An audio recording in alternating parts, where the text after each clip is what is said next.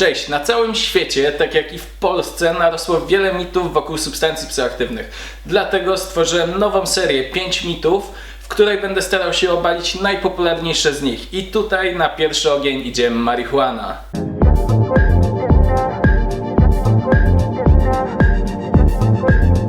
Marihuana jest furtką do innych narkotyków. Jest to jeden z najpopularniejszych, najczęściej powtarzanych mitów przez wszystkich, którzy chcą zdyskredytować trawkę.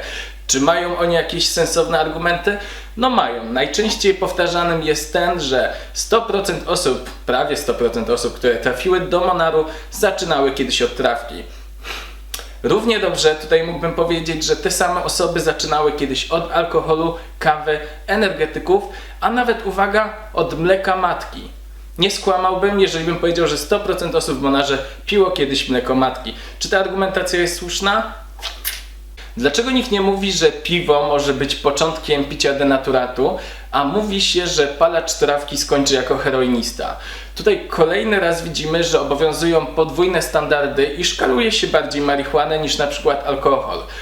A na poparcie tej tezy nie ma żadnych naukowych dowodów, ta teoria jest po prostu głupotą. Tak naprawdę mamy dowody na to, które mówią, że po prostu na przykład w Stanach Zjednoczonych 75% osób, które zapaliło kiedykolwiek w swoim życiu marihuanę, nigdy nie sięgnęło po inne narkotyki, no z wyłączeniem oczywiście alkoholu czy nikotyny. Możemy też dowolnie przeglądać dane Europejskiego Centrum Monitorowania Narkotyków i Narkomanii, gdzie na przykład jeżeli zestawimy ze sobą dwa państwa, w których odsetek palaczy marihuany jest największy, jest to około 20% w ciągu ostatniego roku wśród młodych osób, to są takie państwa jak Włochy i Francja, i zestawimy je na przykład z państwami takimi średnimi jak Polska i Bułgaria, gdzie mamy mniej niż 10%, widzimy, że w innych narkotykach we wszystkich tych państwach poziom użytkowników jest poniżej 3%, więc nie ma tutaj żadnych prostych korelacji między tym, jak popularna jest marihuana, a jak duży jest odsetek osób, które korzystają z innych substancji psychoaktywnych. To też wiemy z doświadczenia i znam tutaj osoby, które lubią stymulanty, a na przykład nie lubią konopi. Znam osoby, które palą marihuanę i nie wyobrażają sobie korzystania z żadnych innych substancji. Ludzie są po prostu bardzo różni, każdy lubi różne używki, inaczej spędzać też czas. I nie jest tu tak, że jedna substancja prowadzi bezpośrednio do kolejnej, kolejna i że to się awansuje na jakichś schodkach, na jakiejś drabinie, po prostu nie wiadomo co, level up i po prostu zalicza się po kolei poszczególne substancje. Jest to zakłamanie i nie wolno winić konopi za to, że jest najczęściej wskazywana, bo jest po prostu najczęściej spożywaną nielegalną substancją psychoaktywną. I tutaj, tak jakbyśmy spytali na przykład fanów alkoholi, którzy teraz piją whisky czy arak, od jakiej substancji zaczynali, to najpewniej wszyscy z nich by powiedzieli, że od piwa. I to jest dokładnie taka sama analogia jak w przypadku marihuany, a innych substancji psychoaktywnych. Palacze marihuani są leniwi i bez motywacji. Ile razy słyszeliście to stwierdzenie? No i ja bardzo często. Palacze marihuani to bezmyślne zombie. No przecież wszyscy widzimy, że jesteś leniwy. Nie potrzebujemy takich ludzi w społeczeństwie. To jest mit i on wynika z tego, że tak naprawdę z takich błędnych trochę obserwacji zachowań ludzi po marihuanie, nawet może nie błędnych, ale luźnych. Po prostu osoby po trawie są często wyluzowani, zchilloutowani, no i tacy ogólnie w dobrym humorze. I różni się to zachowanie od hałaśliwych osób po alkoholu, czy takich naspidowanych po stymulantach. Wiele osób na świecie ma po prostu problem z motywacją. I ponoć na taki syndrom amotywacyjny cierpi od 5 do 6% społeczeństwa i wśród palaczy trawki również przeprowadzono takie badania. Zrobił to amerykański National Institute of Drug Abuse, gdzie przepytano 100 osób i z tych 100 osób wśród takich hardkorowych palaczy trawki jedynie 3 osoby na 100 zgłosiły, że mają problemy z motywacją. To nie jest duża liczba w porównaniu chociażby z całą populacją, więc widzimy, że na taki syndrom czy na problemy z motywacją cierpią podobnie palacze trawki, tak jak podobnie inni ludzie nie korzystający z niej. Większość użytkowników trawy funkcjonuje normalnie i nie brak im energii do podejmowania codziennych działań, wyzwań czy osiągania w ogóle sukcesów. Mamy też sporo powszechnie znanych osób, które były palaczami lub są palaczami trawy i można tu wymienić Baracka Obamę, Brada Pitta, Billa Gatesa, Jennifer Aniston czy Morgana Freemana, no i oczywiście znaczną część branży muzycznej. Po marihuanie zawsze ma się dobry humor. Niestety tak nie jest. Marihuana może nas zrelaksować, ale równie dobrze może spowodować zbędne napięcie. Tutaj najczęściej oczywiście jest to odprężenie I takie zintensyfikowanie zmysłów, czyli na przykład słuchanie muzyki czy inne działania są bardziej intensywne i sprawiają nam większą przyjemność. Tutaj także oczywiście ten humor najczęściej jest dobry. Jest on też taki przepełniony abstrakcją i nawet najbardziej banalne rozmowy z przyjaciółmi czy jakieś zdarzenia są dla nas interesujące. To wszystko oczywiście też łączy się z takim zmienionym poczuciem upływającego czasu. Zdarza się jednak, że przy zbyt wysokich dawkach czy jakichś innych różnych okolicznościach zewnętrznych te odczucia nie będą przyjemne.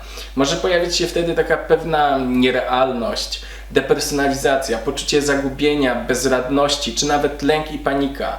I w takich sytuacjach czasem bardzo często jest uspokoić osobę, która tego doświadcza. Trzeba trzymać długo dym w płucach. Jest to jeden z najbardziej utartych mitów i przyznam, że wielokrotnie w moim życiu tak samo robiłem, gdyż tak mnie nauczono, tak robili wszyscy, których znałem, no a poza tym czułem to, prawda, bo trzymając ten dym w płucach, czułem drapanie w gardle, czułem jak mi coś w płucach się dzieje, a do tego jakieś takie zawroty w głowie. To wszystko, co odczuwałem, było jednak tak naprawdę niedotlenieniem, bo THC jest bardzo szybko wchłaniane przez nasze płuca i przetrzymywanie dłużej nie spowoduje, że wyciśniemy więcej tego THC. Spowoduje jedynie, że więcej ciał smolistych czy innych szkodliwych substancji pozostanie w naszych płucach. Marihuana jest zakazana, bo jest niebezpieczna. Jasno, trzeba sobie powiedzieć, że jest to mit i światowa medycyna nie zarejestrowała do dzisiaj żadnego przypadku śmierci po przedawkowaniu marihuany. No dlaczego? No dlatego, że jest to praktycznie fizycznie niemożliwe. Za to każdego roku w Polsce umiera 1500 osób w wyniku przedawkowania alkoholu, a 10 000, prawie 10 000 osób w wyniku powikłań alkoholowych, czy w ogóle w wyniku spożywania alkoholu, takich jak marskość wątroby, czy choroby psychiczne wywołane piciem. W tych statystykach nie ma oczywiście wszystkich wypadków spowodowanych przez alkohol, czy na przykład utonięć po alkoholu. Różnica jest tutaj olbrzymia i jasno widać, że marihuana wypada lepiej. Oczywiście dysponujemy od lat rzeczowymi, naukowymi dowodami, które udowadniają, że marihuana jest mniej szkodliwa niż legalny tytoń czy alkohol.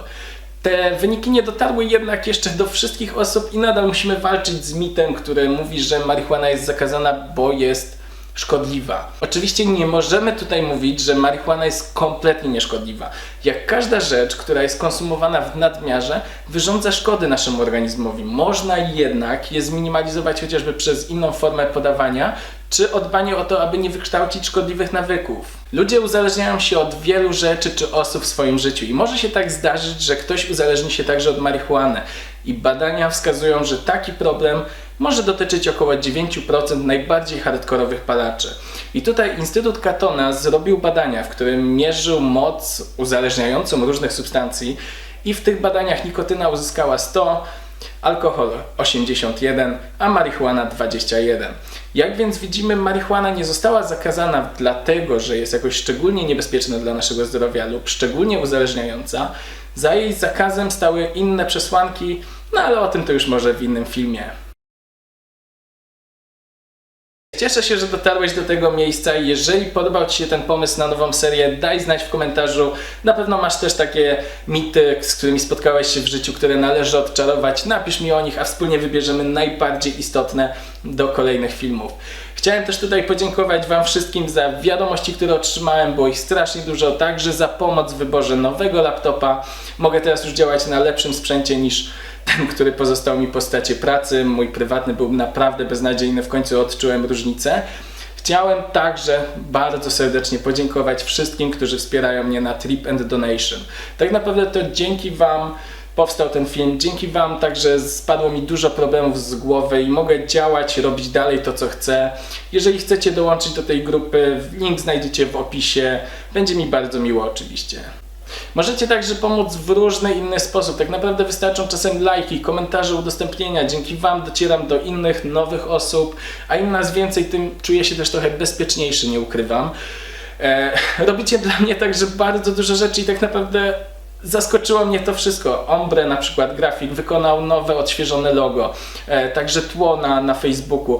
Jeden chłopak robi teraz nowe intro, które naprawdę was zaskoczy. Już nie będzie to takie beznadziejne, zrobione w Paincie czy w czymś, co ja sobie wcześniej robiłem.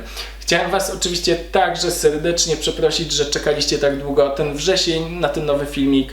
Ten wrzesień nie był dla mnie dobrym miesiącem, bo po tej stecie pracy tak naprawdę miałem jeszcze tydzień wyjęty z życia ze względu na, no mogę to powiedzieć, zbliża się święto zmarłych, na pogrzeb jednego członka z mojej rodziny.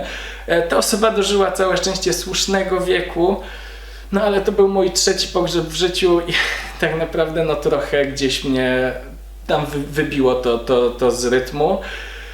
Wracam już oczywiście do pracy, a to co wam chciałem powiedzieć to, że dopóki macie kontakt jeszcze ze swoimi osobami bliskimi, spędzajcie z nimi czas, bo nigdy nie wiadomo jak długo to może trwać. Trzymajcie się, cześć!